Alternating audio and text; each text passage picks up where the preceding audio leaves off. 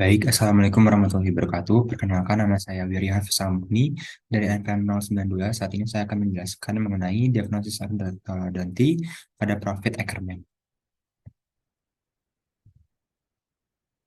Nah, jadi pada tahun 1960-an, Ackermann dan Profit itu meresmikan sistem penambahan informal pada metode Engel dengan mengidentifikasi 5 karakteristik utama malusia yang harus dipertimbangkan dan dijelaskan secara sistematis dalam klasifikasi.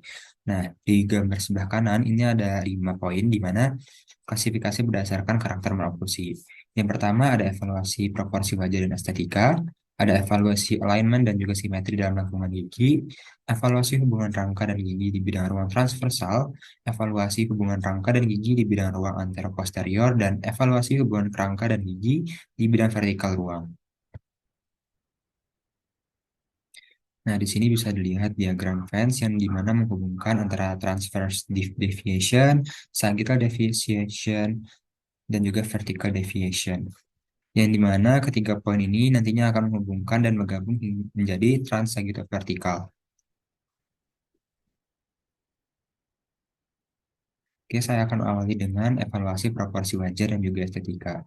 Jadi, langkah ini dilakukan selama pemeriksaan klinis. Sementara asimetri wajah, proporsi wajah antara posterior dan vertikal, dan penonjolan bibir terkait dengan penonjolan gigi incisivus nantinya akan dievaluasi. Dan juga temuan klinis dapat diperiksa dengan foto wajah dan film cephalometrik lateral yang harus mengkonfirmasi penilaian klinis, seperti yang bisa dilihat pada gambar di bawahnya. Selanjutnya, ini ada evaluasi alignment dan juga simetri dalam lengkungan gigi.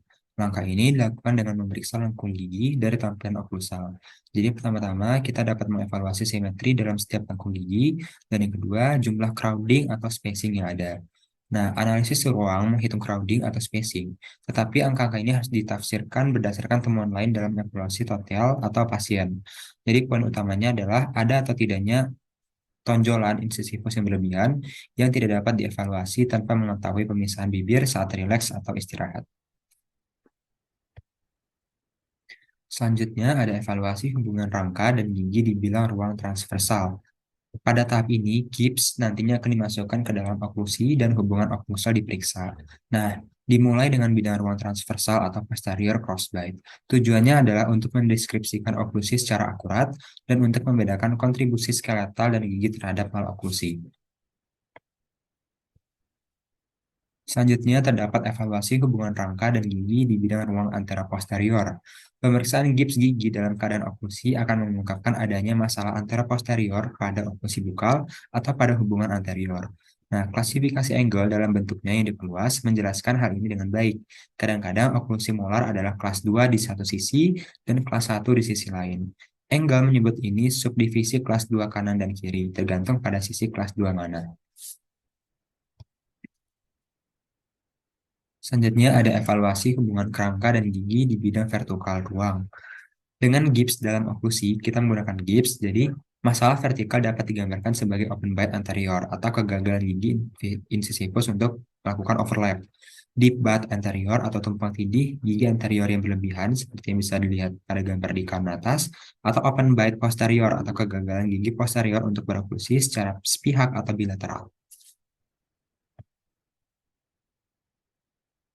Sekian yang dapat saya sampaikan. Wassalamualaikum warahmatullahi wabarakatuh.